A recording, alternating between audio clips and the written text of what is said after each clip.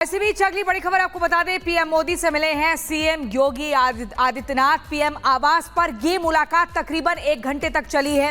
कैसे, आपको बता दें, कैबिनेट का विस्तार होना है, चुनाव को लेकर तमाम महत्वपूर्ण बिंदुओं पर बातचीत हुई है। ये मुलाकात पीएम आवास पर तकरीबन 1 घंटे तक चली। मंत्रिमंडल विस्तार को लेकर चर्चा हुई है। सूत्रों के हवाले से जानकारी मिल रही है।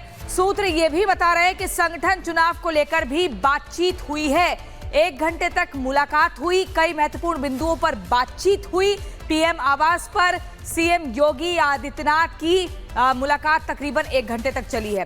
तस्वीरें आप देख रहे हैं। माना जा रहा है कि इस मुलाकात में मंत्रिमंडल विस्तार को लेकर गहनता से विचार विमर्श हुआ है और साथ ही संगठन चुनाव को लेकर भी बातचीत की गई है। निकलने नहीं देते, गली में पूरी बाइकें खड़ी कर देंगे, ऊपर से पानी डालेंगे, कूड़ा डालेंगे। जिसको ये मस्जिद बोलते हैं वो मस्जिद नहीं था, घर था। दंगों के समय इन्होंने झूठी अफवाह फैलाई कि भाई मस्जिद में आग लगा दी गई। हंगामा खूब हुआ था होली के ऊपर।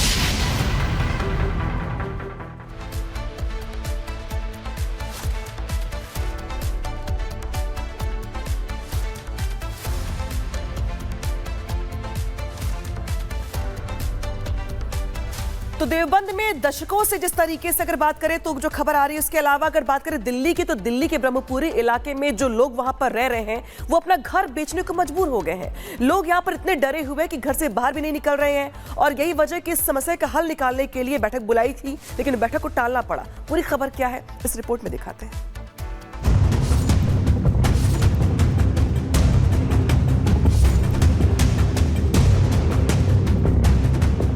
ब्रह्मपुरी में लोगों को डर लगता है। लोगों का ये भय वहां घरों के बाहर लगे पोस्टर के रूप में नजर आ रहा है। ब्रह्मपुरी में इलाके में दहशत का पूरा किस्सा आपको बताएंगे, लेकिन उससे पहले आज की ये तस्वीर देखिए। बैठक लोगों में खौफ कम करने के लिए बुलाई गई थी। उस पर चर्चा विचार विमर्श के लिए था, लेकिन बैठक को टालना पड़ा। दिल्ली के ब्रह्मपुरी इलाके में बदलते डेमोग्राफी को लेकर के एक बैठक जो है वो यहाँ पे होने वाली थी, लेकिन बैठक को फिलहाल टाल दिया गया है। ये जानकारी मिल रही है आपको साफ तौर पर। अगर हम ब्रह्मपुरी के गली नंबर 10 के मौनी बाबा मंदिर की आपको ये तस्वीरें दिखा रहे हैं, जहाँ पे भारी पुलिस बल को तैनात कर दिया गया है। लोग भी यहाँ पे पहुंचे थे, लेकिन माहौल जो है वो तनावपूर्ण ना हो, इसे लेकर के फिलहाल जो जानकारी मिल रही है उसके अनुसार इस बैठक को टाल दिया गया है। देखिए, ये जो बैठक थी जो यहाँ के लोगों ने रखी थी, केवल लोगों की बैठक थी यहाँ पर, जिससे यहाँ पर माहौल खराब ना हो, सब शांत रहे, लोग पलायन ना करें। पैनिक बना हुआ थोड़े क्षेत्र में, आराम से लोग रहें, ये विषय था। अपनी सुरक्षा को लेकर डिस्कशन मीटिंग थी, जिसमें डिस्कस करना था कि भाई हम डरे नहीं, प्रशासन हमारे साथ है। और आज जो दिल्ली में सरकार है वो बिल्कुल मजबूत सरकार है, इसलिए कोई डरने की आवश्यकता नहीं है। पूरा मामला मस्जिद निर्माण और उसकी फंडिंग से जुड़ा है।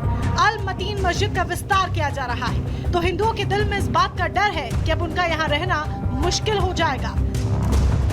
हिंदुओं में डर की वजह 2020 का दंगा है। आरोप है कि इसी मस्जिद से गोलियां चली थी, लिहाजा लोग अब यहां से पलायन करने लगे हैं।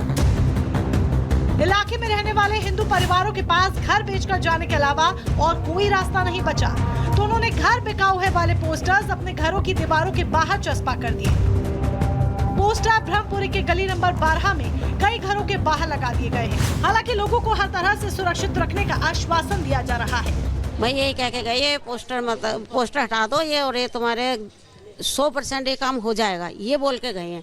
और फिर वही जाने उनका जो उनके भरोसा है या नहीं आप? नहीं, भरोसा तो है। जब इतनी बड़ी बात कहेंगे तो भरोसा तो है, कुछ तो करेंगे ही जब आए हैं तो यहाँ पे। थोड़ा संबल मिला आज? हाँ, कुछ तसल्ली मिली है थोड़ी सी। देखो, मैं तो अपने घर का दोबारा लगाऊंगी पोस्टर, क्योंकि जब तक मस्जिद का निर्माण जो हम चाह रहे हैं कि हाँ भाई ये रुक जाए, क्योंकि मस्जिद की जगह तुम घर बनाओ, हमें घर से रहने में कोई ऑब्जेक्शन नहीं है तुम्हारे। ऑलरेडी मस्जिद 13 नंबर में हैगी, तो तुम्हें 12 नंबर में लाने की क्या जरूरत पड़ गई मस्जिद को? उनको आश्वासन देने आए, क्योंकि कहीं ना कहीं सब हमारे हिंदू भाई हैं और हमारे सनातनी लोग हैं, और इस सनातनी लोगों में जब भी कोई ऐसी दिक्कत होती है तो हमारा फर्ज है कि हमें वहाँ पहुँचे। इसीलिए मैं आया। मुझे बताया गया कि 13 नंबर गली में कोई बहुत साल पहले कोई प्लॉट लिया गया और रहने के लिए लिया गया, और उसमें फिर बाद में नमाज पढ़नी चालू कर दी गई। तो हमने यही कहा कि भाई ऑलरेडी तुम नमाज पढ़ रहे हो, तुम्हें क्या जरूरत है यहाँ पे इसको बनाने की। इन गली मोहल्लों में रहने वालों का कहना है कि मस्जिद के पास शिव मंदिर है, जिसमें हिंदू परिवार भजन कीर्तन करते हैं, लेकिन अगर मस्जिद का गेट शिव मंदिर की तरफ खुलेगा तो इससे दोनों पक्षों के लोगों को परेशानी होगी, और ऐसे में दोनों पक्षों में विवाद भी बढ़ सकता है। Bureau report, Republic Bharat. और इसी बीच हम अगली खबर आपको बता दें, देवबंद में दशकों से बंद मंदिर में पूजा आज से शुरू हो गई है। सनातनी विधि विधान के साथ पूजा की शुरुआत हुई। बेरून कोटला मोहल्ले में परसों से बंद था शिव मंदिर। 1992 के दंगों के बाद से ही बंद पड़ा था मंदिर। दंगों के बाद हिंदू समुदाय कर गया था पलायन। मुजफ्फरनगर से आए यशवीर महाराज ने पुलिस की सुरक्षा के बीच मंदिर में हवन यज्ञ शुरू कर दिया। और ये तस्वीरें आप देख रहे हैं, सनातनी विधि विधान के साथ आज से पूजा पाठ की शुरुआत की गई। आप सोचिए 1992 का वो वक्त था जब दंगा हुआ और हिंदू डर के मारे पलायन कर गए थे, लेकिन आज वहां पर विधि विधान के साथ पूजा पाठ की गई। और इस बीच एएमयू परिसर में हिंदू मंदिर बनाने की मांग यहां पर की गई है। बीजेपी नेता रुबिया खान की ओर से ये मांग की गई है और ये कहा गया है कि एएमयू परिसर में हिंदुओं के साथ भेदभाव खत्म होना चाहिए। साथ ही उनकी ओर से ये भी कहा गया है कि जो सांप्रदायिक सौहार्द है वो बना रहे एएमयू में। इसके अलावा ये भी कहा गया है कि जो हिंदू है उनके साथ भेदभाव खत्म हो और यहाँ पर जो सांप्रदायिक सौहार्द है वो भी ना बिगड़े। इसी के साथ साथ हिंदू मंदिर के निर्माण की बात यहाँ पे उनकी ओर से कही गई है, मांग की गई है। मैं तो ये चाहूंगी कि जो मुसलमान भाई अपने सभी त्योहार मनाते हैं, यूनिवर्सिटी में नमाज भी पढ़ते हैं, वो हक उनको वापस मिलना चाहिए। हिंदू भाइयों को वहाँ भी एक मंदिर बनना चाहिए। मैं ये चाहती हूँ कि वहाँ मंदिर बनना चाहिए और मंदिर में सभी तरह के त्योहार मनने चाहिए। देवी देवताओं की मूर्तियाँ भी रखनी चाहिए वहाँ। मैं तो चाहती हूँ कि जो गणेश जी का त्योहार अच्छे से मनाया जाता है, सब लोग मिलजुल कर मनाएं। वहाँ पर भगवती जी की मूर्ति की भी स्थापना वहाँ होनी चाहिए, सभी मिलजुल कर मनाएं। और बहुत अच्छा है कि होली अब के होगी वहाँ पर, तो सभी मिलजुल कर मनाएं।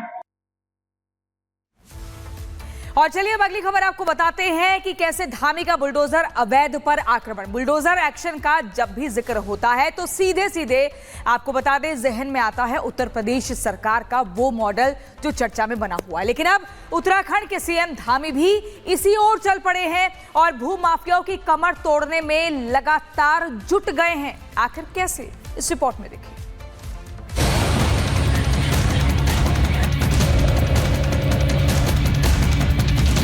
हम यहाँ किसी भी प्रकार की जो डेमोक्रेटिक चेंज है उसको बर्दाश्त नहीं करेंगे।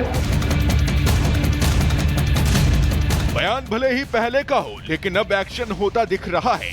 अब उत्तर प्रदेश की तरह ही उत्तराखंड में भी बाबा के मॉडल ने काम करना शुरू कर दिया है। बुलडोजर न सिर्फ दहाड़ रहा है बल्कि गरज गरज कर अवैध निर्माणों को ध्वस्त कर रहा है। गिराए जा रहे हैं अतिक्रमण, कब्जा मुक्त करवाई जा रही है सरकारी जमीन। उत्तराखंड में सीएम धामी के आदेश पर सरकारी जमीन को अतिक्रमण मुक्त कराने का अभियान चलाया जा रहा है। बाहुबली बना पीला पंजा अवैध निर्माण को तिनके की तरह बर्बाद करने में जुटा है। जहां जहां कब्जा है वहां वहां पीला पंजा गरज रहा है।